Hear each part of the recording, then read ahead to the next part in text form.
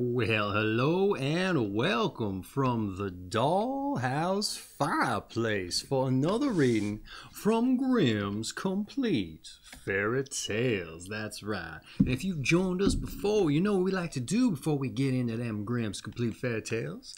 Well, we like to set the mood. We like to get it straight. That's right. We get the lights out. We get a little bit of a fire crackling element going, and we play a little Crossharp. Let's get in with a little Suzuki harp. That's right.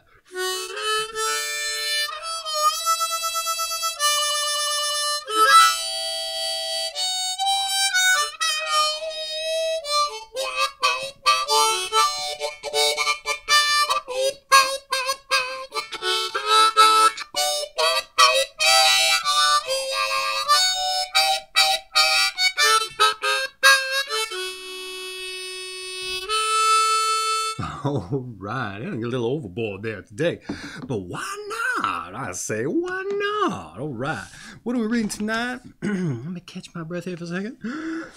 Snow White and Rose Red. That's right, Snow White and Rose Red. Okay, let's get into it. There was once a poor widow who lived in a lonely cottage. In front of the cottage was a garden wherein stood two rose trees, one of which bore white and the other red roses. She had two children who were like the two rose trees, and one was called Snow White and the other Rose Red. They were as good and happy, as busy and cheerful as ever two children in the world were. Only Snow White was more quiet and gentle than Rose Red. Rose Red liked better to run about in the meadows and fields, seeking flowers and catching butterflies, but Snow White sat at home with her mother and helped her with the housework, or read to her when there was nothing to do. The two children were so fond of each other that they always held each other by the hand when they went out together, and when Snow White said, "We will not leave each other," Rose Red answered, "Never so long as we live." And their mother would add, "What one has she must share with the other." They often ran about in the forest alone and gathered red berries, and no beast did them any harm, but came close to them trustfully. The little hare would eat a cabbage leaf out of their hands, the roe grazed by their side, the stag leapt merrily by them, and the birds sat still upon the boughs, and sang whatever they knew. No mishap overtook them. If they had stayed too late in the forest and night came on, well, they laid themselves down near one another upon the moss and slept until the morning came, and their mother knew this and had no distress on their account. Once when they had slept in the night in the wood and the dawn had roused them, well, they saw a beautiful child in a shining white dress sitting near their bed. He got up and looked quite kindly at them, but said nothing and went away into the forest. And when they looked round, they found that they had been sleeping quite close to a precipice, and would certainly have fallen into it in the darkness if they had gone only a few paces further. And their mother told them that it must have been an angel who watches over good children. Snow White and Rose Red kept their mother's little cottage so neat that it was a pleasure to look inside it. In the summer, Rose Red took care of the house, and every morning laid a wreath of flowers by her mother's bed before she awoke, in which a rose was a rose from each tree. In the winter, Snow White lit the fire and hung the kettle on the hob. The kettle was of copper and shone like gold, so brightly was it polished. And in the evening, when the snowflakes fell, the mother said, "Go, Snow White, and bolt the door." And then they sat round the hearth, and the mother, well, she took her spectacles and read aloud out of her large book, and the two girls listened as they sat and spun. And close by them lay a lamb upon the floor, and behind them upon a perch sat a white dove with its head hidden beneath its wings. One evening, as they were thus sitting comfortably together, someone knocked on the door as if he wished to be let in. The mother said, "Quick, Rose Red, open the door. It must be a traveler who is seeking shelter." Rose Red went and pushed back the bolt, thinking it was a poor man, but it was not. It was a bear that scratched his broad black head within the door. Rose Red screamed and sprang back, and the lamb bleated and the dove fluttered, and Snow White hid herself behind her mother's bear. But the bear began to speak to them and said, "Do not be afraid, I will not do you no harm. I am half frozen, and only want to warm myself a little beside you." "Poor bear," said the mother, "lie down by the fire and only take care that you do not burn your coat." And then she cried, "Snow White, Rose Red, come out. The bear will do you no harm. He means well." So they both came out, and by the lamb and dove came nearer and were not afraid of him. The bear said, "Here, children, knock the snow out of my coat a little." And so they brought the broom, swept the bear's hide clean, and he stretched himself by the fire and growled contentedly and comfortably. It was not long before they grew quite at home, and played tricks with their clumsy guest. They tugged his hair with their hands, put their feet upon his back, and rolled him about, or they took a hazel switch and beat him. And when he growled, they laughed. But the bear took it all in good part. Only when they were a little too rough, he called out, "Leave me alive, children. Snowy White, Rosy Red, will you beat your lover dead?" When it was bedtime and the others went to bed, the mother said to the bear, "You can lie there by the hearth, and then you will be safe from the cold and bad weather."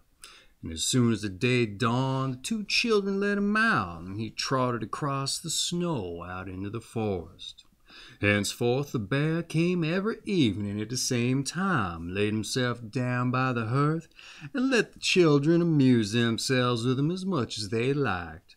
And they got so used to him that the doors were never fastened until their black friend had arrived.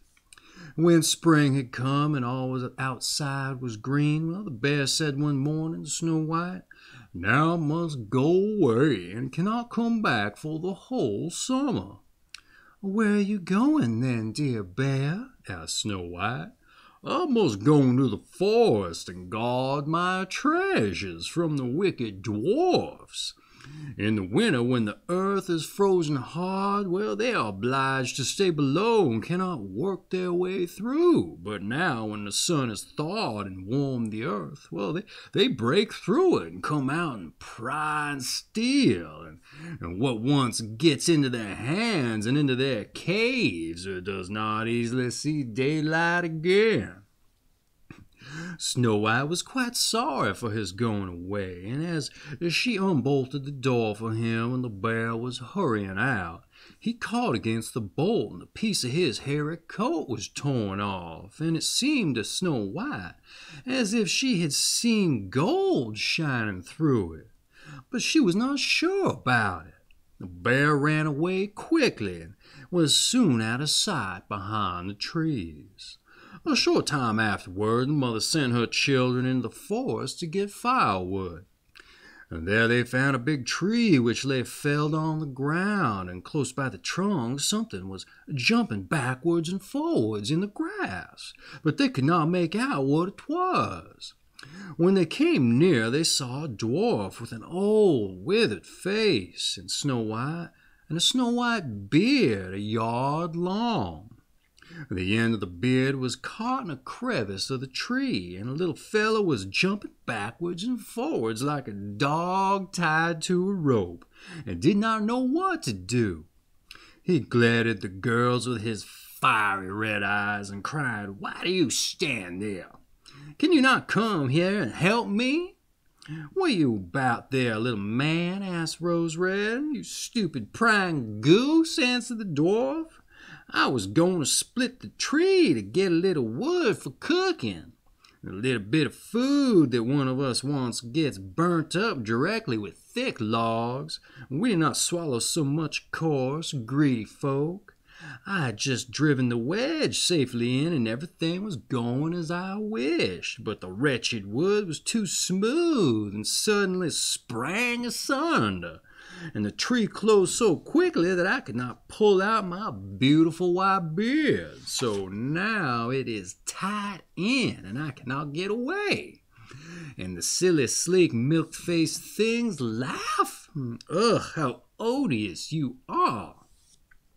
The children tried very hard, but they could not pull the beard out. It was caught too fast. "I will run and fetch someone," said Rose Red. "You senseless goose," snarled the dwarf. "Why should you fetch someone? You are already too many for me. Can you not think of someone better?" "Don't be impatient," said Snow White. "I will help you." And she pulled her scissors out of her pocket and cut off the end of his beard. As soon as the dwarf felt himself free, he laid hold of a bag which lay amongst the roots of the tree, and which was full of gold, and lifted it up and grumbled to himself, "Uncouth people, to cut off a piece of my fine beard!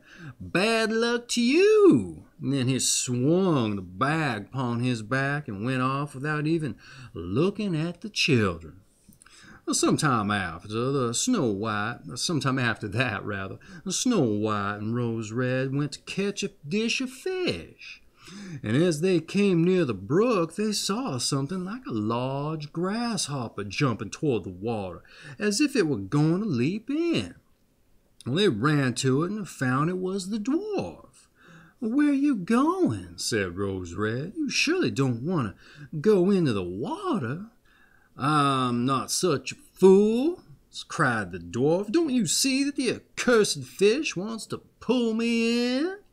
The little man had been sitting there fishing, and unluckily the wind had twisted his beard with the fishing line, and just then a big fish bit. And then the feeble creature had not strength to pull it out, and the fish kept the upper hand and pulled the dwarf toward him. He held on in all the reeds and the rushes, but it was of little good.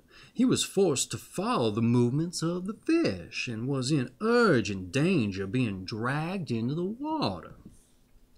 The girls came just in time, and they held him fast and tried to free his beard from the line, but all in vain.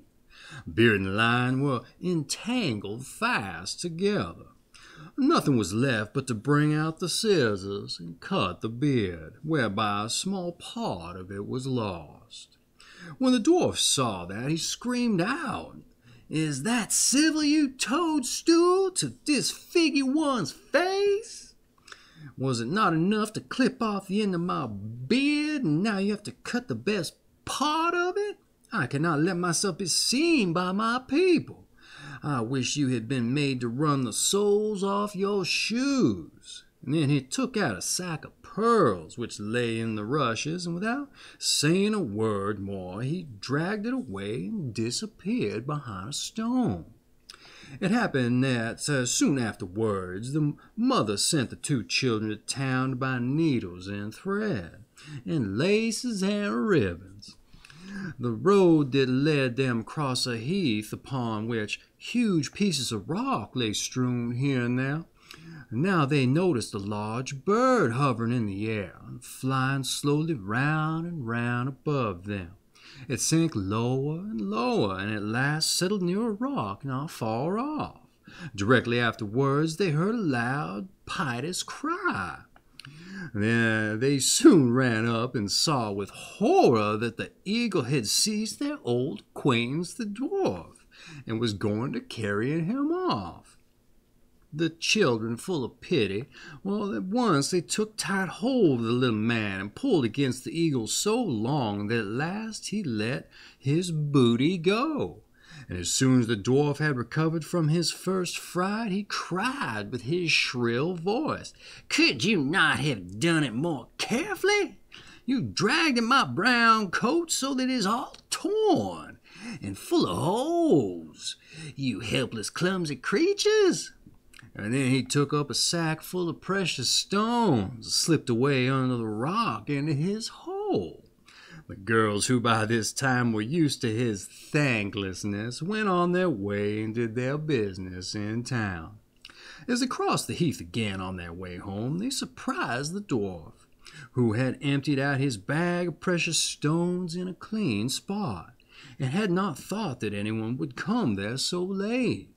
The evening sun shone upon the brilliant stones, and they glittered and sparkled with all colors so beautifully that the children stood still and looked at them. "Why do you stand gaping there?" cried the dwarf, and his ashen gray face became copper red with rage. He was going on with his bad words when a loud growling was heard, and a black bear came trotting towards them out of the forest. The dwarf sprang up in a fright, but he could not get to his cave, for the bear was already close. And then in a dread of his heart he cried, "Dear Mr. Bear, spare me.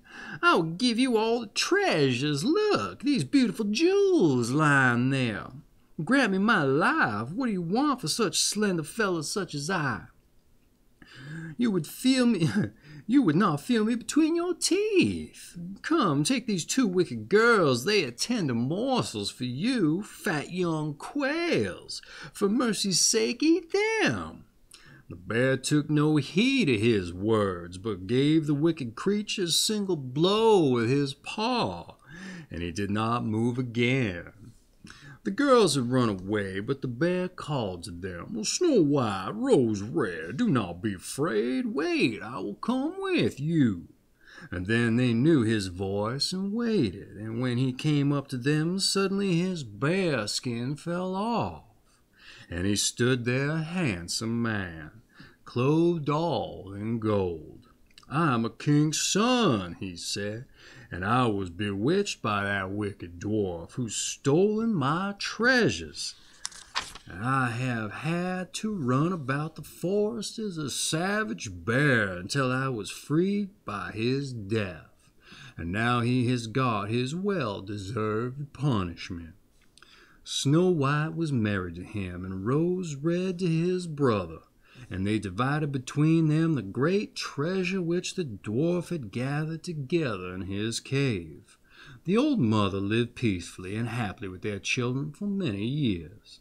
She took 2 rose trees with her, and they stood before her window, and every year bore the most beautiful roses, white and red. And that has been Snow White and Rose Red, from Grimm's Complete Fairy Tales. That's right. Hey, I got an affiliate link for this book down in the description if you're interested in picking yourself up a copy like so many such treasures, as I've said before. Hey, I don't know if you'd ever heard that one before. No, I hadn't, but there's a lot of other stories in here that you might have think that you know, but they ain't quite the way you remember, and others that you ain't ever heard before, I guarantee. In any event, hey, there's an affiliate link down there if you're interested, and if not, you just want to support the channel, do your shopping through there. It all helps out in any event. I hope you enjoyed that one. I know I did. Took me a minute to kind of get into it, but then that energy just came up out of somewhere, and I got the bear voice going, and they beat him with the rod or whatever was happening there. I did enjoy that part. It was a little bit funny there. Did you think so? Let me know down in the comments there. But hey, enough screwing around. Let's take us out and let you get on with your day, all right?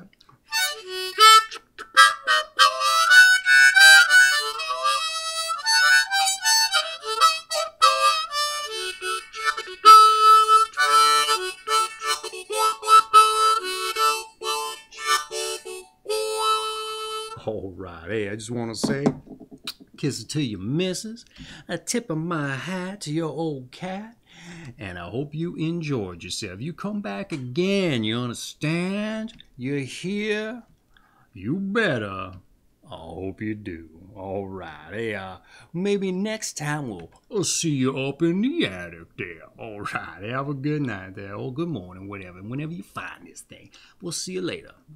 Kisses again, your missus. Oh.